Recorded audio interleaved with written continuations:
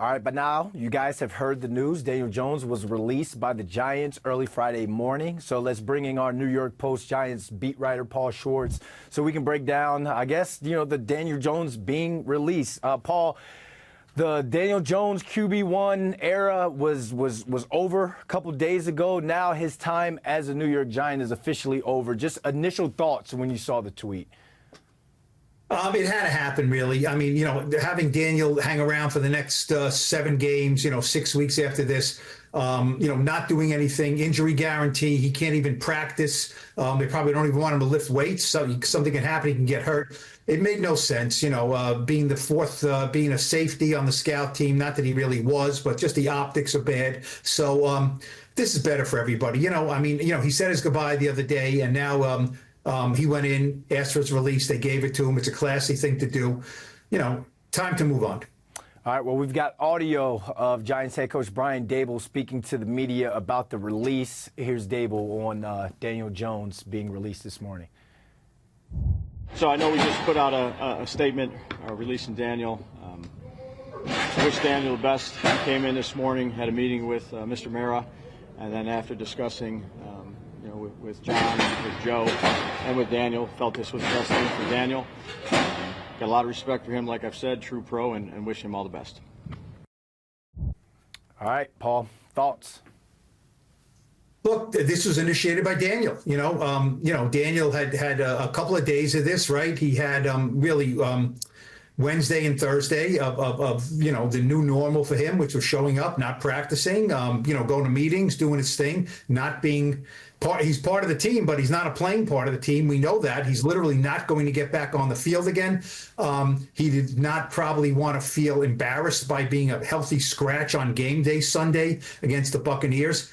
I think he wanted to stay around his teammates. He likes his teammates, but he's a non-player. So it's one thing, he knows to be around his teammates last year when he had his torn ACL. That's a different story. He's coming back from something. He's rehabbing.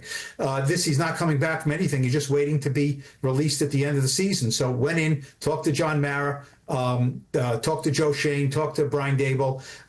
What are the Giants going to do? Say, no, Daniel, you're under contract. You have to come here every day, even though you're not going to play. And, and that's disrespectful. So this makes sense. Daniel will go home to Charlotte.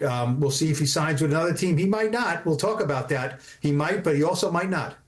Yeah, I think this was a great move by both ends because, like you said, this is completely different than last year. Being around the team but being injured is different because it's like, all right, you're still looking at Daniel like he's hurt, but next year he could still be our QB1. He could still have a voice in the locker room. Now it's like you're QB4. I bet you he feels like he doesn't have an identity anymore within this team. He wasn't even QB2, let alone QB1. So I think it's great by both moves. And so now what does this free him up to do, Paul? Can he sign with another team? Like, what can Daniel Jones do now that he's been released? Well, he has to clear waivers first, which there is 100% chance that he will. If a team picks him up off waivers, that means they assume the rest of his contract. That means it's like almost $14 million for the rest of the season. Nobody's doing that. So he will clear waivers, and then he's a free agent. He can sign with anybody. A team that needs a backup quarterback, we'll see. Maybe on Sunday, something catastrophic happens to a quarterback in this league, right? And all of a sudden the team says, holy smokes, we have to elevate our backup. We don't have a third string. Maybe they sign Daniel. Now, let's remember this. The reason why Daniel Jones is not the backup quarterback and could never play for the Giants again is that injury guarantee of $23 million next year, that if he got hurt, the Giants were on the hook for $23 million. Now, if you're Daniel Jones, do you say there's no more injury guarantee? So do you want to go sign with a team at the end here, end of the season, to be a backup, right, which he would be, learn a new offense.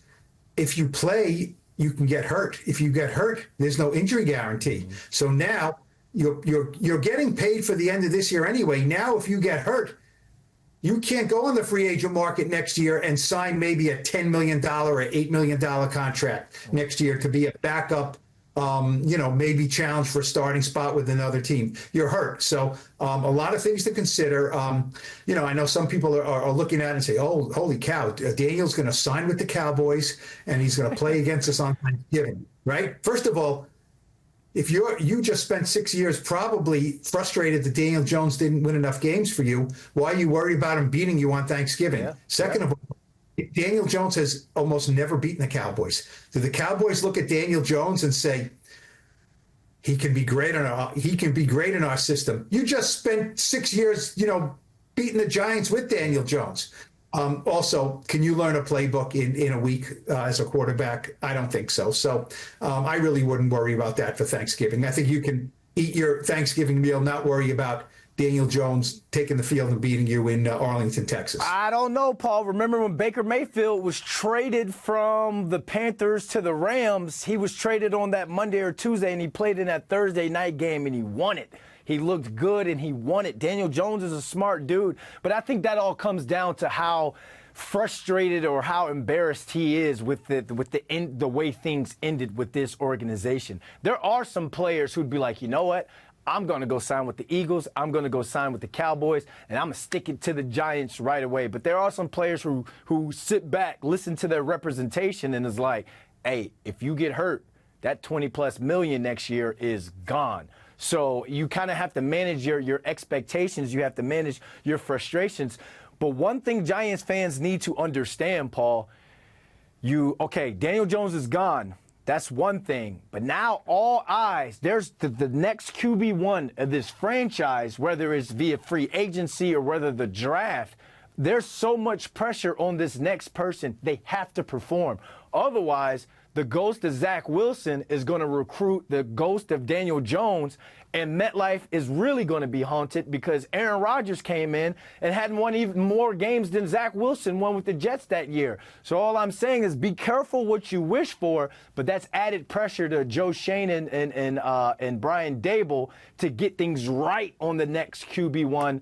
Otherwise, Joe Schoen can end up like Joe Douglas if he goes all in and misses. But, I don't think that happens. But I'm just saying fans need to beware. Like they have to get the next one right, Paul. Well, the pressure is on, right. It's not on the player. I mean, the player's going to come in and be a draft pick, and then he'll be a regular rookie. I mean, there's always pressure on that. But the pressure is on the guys who are employed to pick the next guy, right? Yep. That is the pressure. Look, Joe Schoen and his staff, the front office, they are all over this. They're in Colorado. They're in Miami. Shedeur Sanders, Cam Ward. They've been to Georgia. They're looking at all these quarterbacks, right?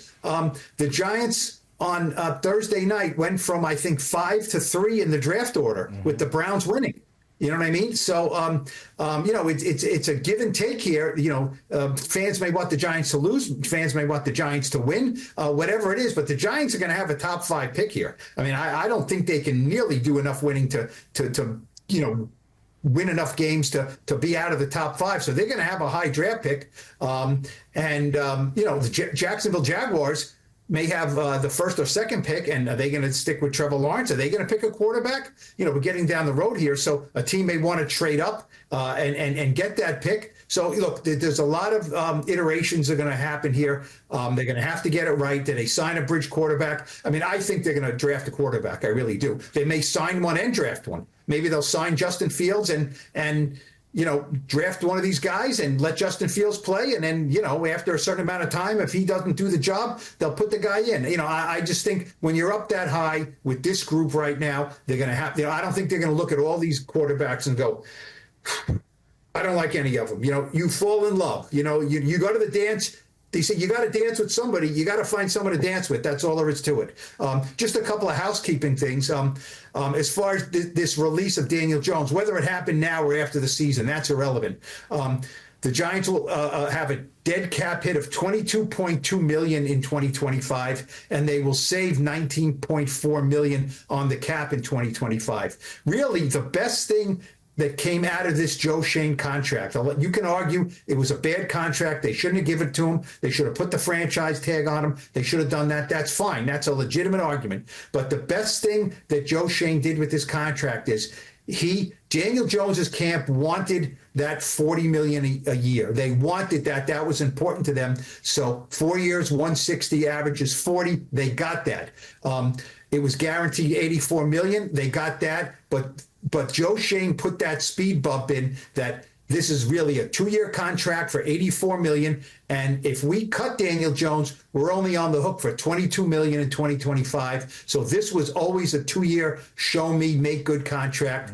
That's what it turned out to be. So at least, in a bad contract, it's not lasting longer than 2 years. I'm glad you just said that and broke that down, Paul, because we didn't see that or hear that on Hard Knocks.